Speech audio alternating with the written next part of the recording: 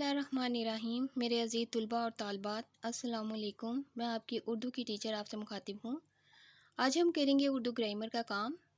कहानी अंगूर खट्टे हैं। एक दफ़ा का जिक्र है कि एक लोमड़ी को सख्त भूख लगी। चलते चलते वो अंगूरों के बाग में पहुँची।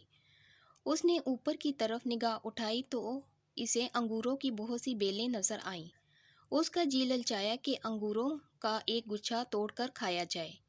ये सोचते हुए उसके मुंह में पानी भर आया, लेकिन बेल पर लगा हुआ अंगूरों का गुच्छा बहुत ऊंचा था। उसने छलांग लगाई मगर गुच्छा तोड़ने में नाकाम रही। उसने बार बार छलांगें लगाईं, फिर भी नाकाम रही। आखिरकार उसने कोशिश तर्क कर दी और ये कहकर चली गई कि अंगूर खट्टे हैं, मैं नहीं खाती। इखलाकी सबक: अगर किसी काम में कामयाबी ना हो तो उसे ये कहकर नहीं छोड़ना चाहिए कि ये काम ही गलत है। आज हमने की है कहानी अंगूर खट्टे हैं। इंशाअल्लाह ताला अगले लेक्चर में मैं फिर आपसे मिलूँगी। अल्लाह हाफिज़।